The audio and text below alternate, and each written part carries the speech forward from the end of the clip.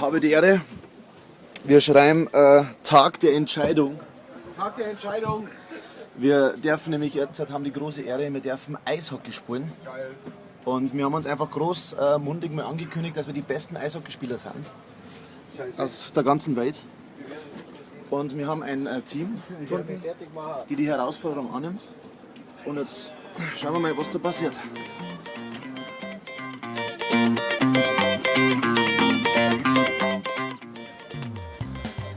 Schaffen wir es, Rudi? Wir schaffen es 100%. Wir schaffen es.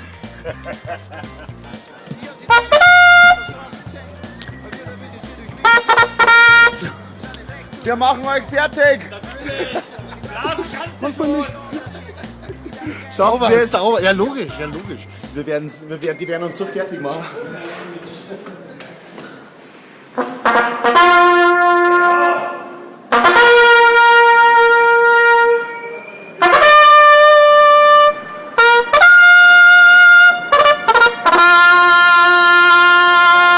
Bayern!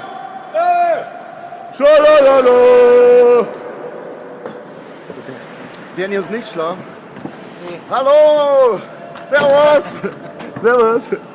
Die machen uns sowas von fertig. Ja, hallo! Noch sind sie nett. Ja. Und? Schaffen wir das? Ja, wir schaffen es. Wir schaffen es.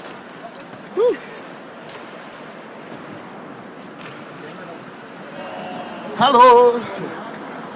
Schalalala!